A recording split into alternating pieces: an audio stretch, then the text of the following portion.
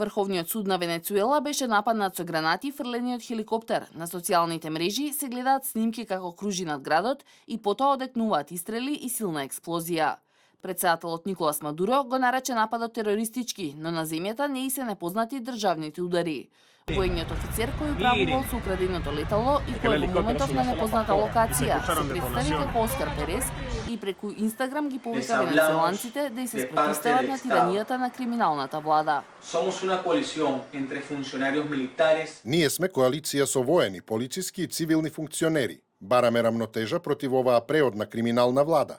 Не сме поврзани со политичките партии, ние сме националисти, патриоти и институционалисти. Оваа борба не е против државните безбедносни сили, туку против неказнивоста на оваа влада, против тиранијата и против смртта на младите кои се борат за своите права. Ова е борба против гладот, лошото здравство и фанатизмот.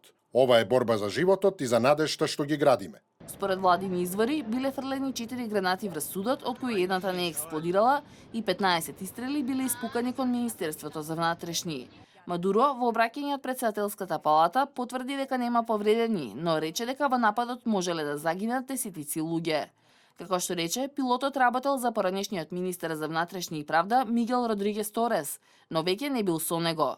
Тој отворено се закани дека ако се најде во опасност револуцијата на Боливар, тоа што било направено со гласови, ќе го направат и со оружје.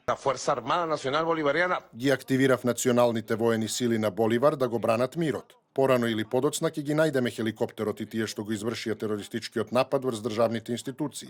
Го осудувам овој терористички напад и барам опозицијската коалиција да го осуди овој очигледно пучистички чин на насилство. Вчера Мадуро го повтори обвинувањето дека САД поддржуваат обиди за пуч против неговата влада и го предупреди претседателот Доналд Трамп дека Венецуела ќе се спротивстави.